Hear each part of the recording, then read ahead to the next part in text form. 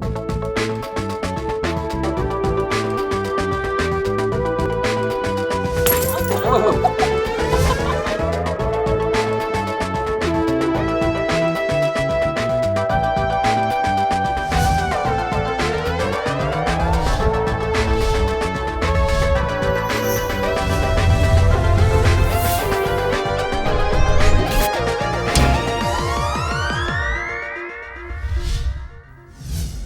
Hi, and welcome to Growing Up Guide Pup. This week we took Ricky on one of the most challenging outings she has ever been on. We took her for her very first airplane ride. So we started our adventure hopping in the car and driving to SFO Airport. We parked in the long-term parking lot, and Ricky had her very first experience going on an elevator with a glass window. We were at the very top of the parking garage, and she got to ride the elevator all the way down 7 flights and was very interested on what was on the outside. She didn't seem to show any fear of heights, but was really interested and curious of why all of a sudden the ground was coming at her. The next new experience Ricky had was getting on a bus for the very first time. We had to take a shuttle to the airport from the parking garage. We went to get on the bus, and the bus driver asked for Ricky's paperwork. This is a great reason why I should always have Ricky's ID card on me at all times. Now, when traveling with the dogs, I have been asked to present her ID card in the past, but this was the very first time that I had been asked to match it with her collar. He turned it around, saw that there was a picture on it, and said, "This isn't the dog, I need her paperwork." Well, I explained to him that she does have an ID number, and it matched the number on her collar and also the tattoo in her ear. Once I took off her collar and showed him the ID number matched, he was fine with us getting on the bus. We were unable to get a lot of video footage of Ricky going through security, but she handled it like a pro. So Ricky and I were not allowed to go through a metal detector together. So one of the big reasons why we have waited to do this type of trip with Ricky is to make sure she is very reliable in her downstay.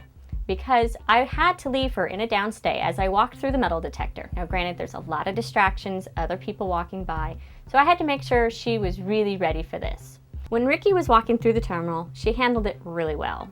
There's people everywhere walking all different directions, and not only that, they're dragging suitcases and other things behind them, which also make noise and can be a pretty big distraction. This didn't bother Ricky one bit.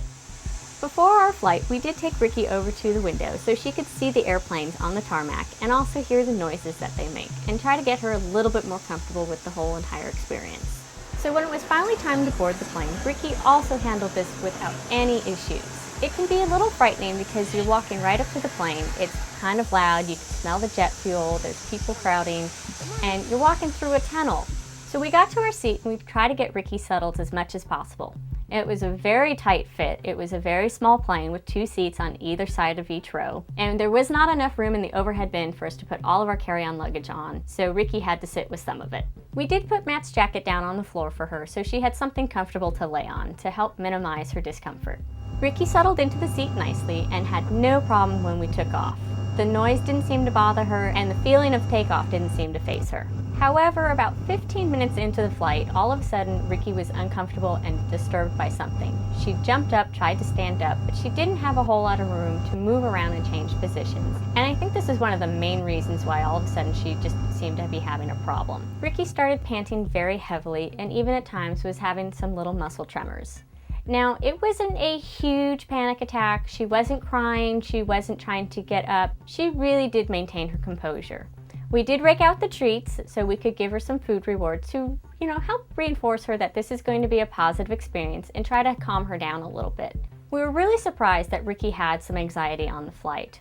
This is the first time she's really portrayed any of these behaviors and weren't really expecting it. Ricky did settle down, and when we did land, she had no problem with this. It didn't seem to bother her at all. We did wait for pretty much everybody to leave the plane before we left our seats. We were in the very last row, and it was a very tight fit, so it was just easier for us to get Ricky off the plane after waiting for everybody else to leave first. And she handled it really well. No pulling, no lunging. She walked off the plane very nicely and back through the terminal until we got outside.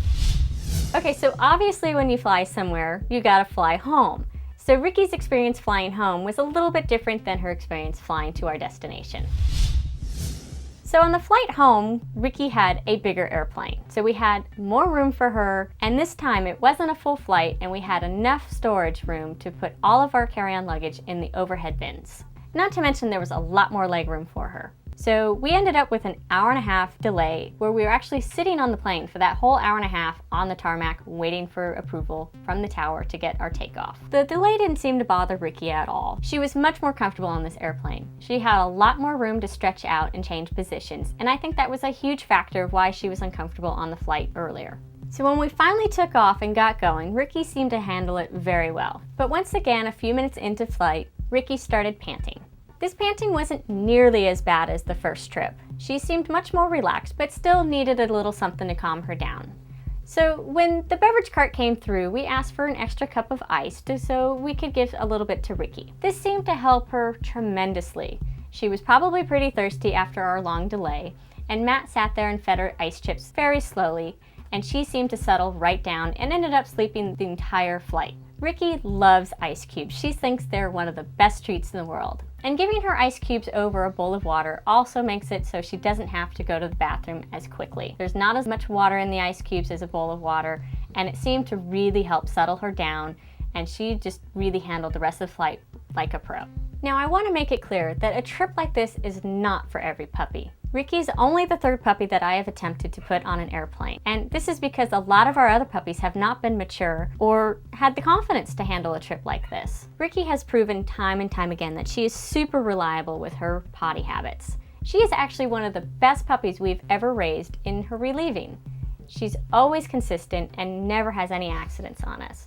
And this is important for doing a trip like this because once you enter that airport, the only way you can take your puppy out to go to the bathroom is to re-exit and have to go all the way through security again. So I want to thank Guide Dogs for the Blind for granting us permission to take Ricky on an airplane. It proved to be a great experience for her. And I also want to thank United Airlines for allowing us to take Ricky into the cabin. They're one of the only airlines that I know of that will fly the puppies in training in the cabin. Because Ricky's not a certified guide dog yet, most of the airlines will not take her. So stay tuned, we've got a few extra episodes coming your way of Ricky's birthday special in Disneyland. So I'll see you all next time on Growing Up Guide Pup.